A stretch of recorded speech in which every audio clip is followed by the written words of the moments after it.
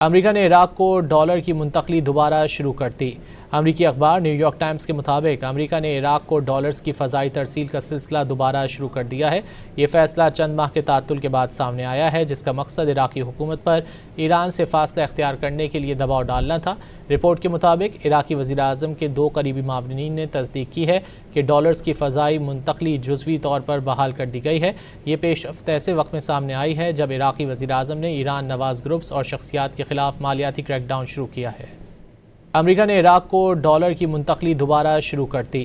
امریکی اخبار new York Times کے مطابق امریکہ نے عراق کو ڈالرز کی فضائی ترسیل کا سلسلہ دوبارہ شروع کر دیا ہے۔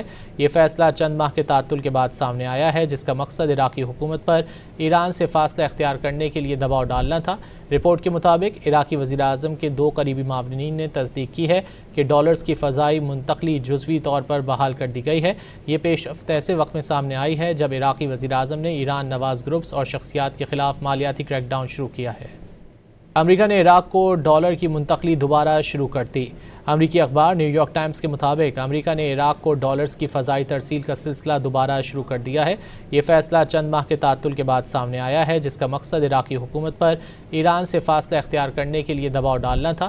رپورٹ کے مطابق عراقی وزیراعظم کے 2 قریبی معاونین نے تصدیق کی ہے کہ ڈالرز کی فضائی منتقلی جزوی طور پر بحال کر دی گئی ہے۔ یہ پیش رفت ایسے وقت میں سامنے آئی ہے جب عراقی وزیراعظم نے ایران نواز گروپس اور شخصیات کے خلاف مالیاتی کریک ڈاؤن شروع کیا ہے۔